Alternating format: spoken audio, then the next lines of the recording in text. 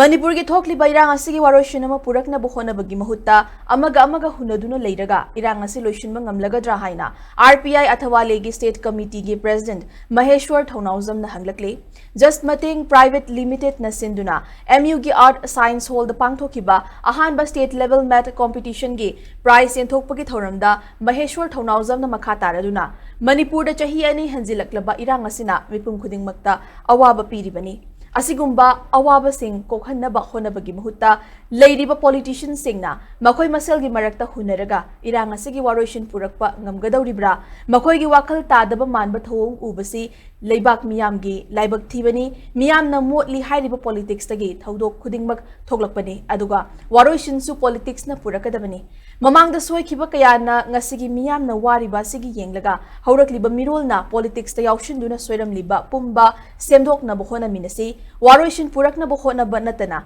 Erangi pau tamlure nganglamle hairamle hairaga halakpaga miyamda utchaibagi thabak lepiu haina mahakna makha takhi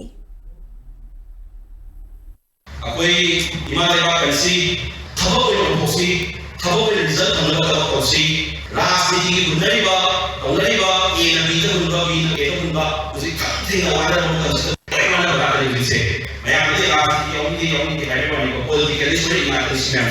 aduna akoi political system se sendo ko bojike gore amaga ko gunaraga ko divida e tais pe mana ko gunre nang re sai re sidam me ko tar kanda aduna ko kadale akoi family ke result na tro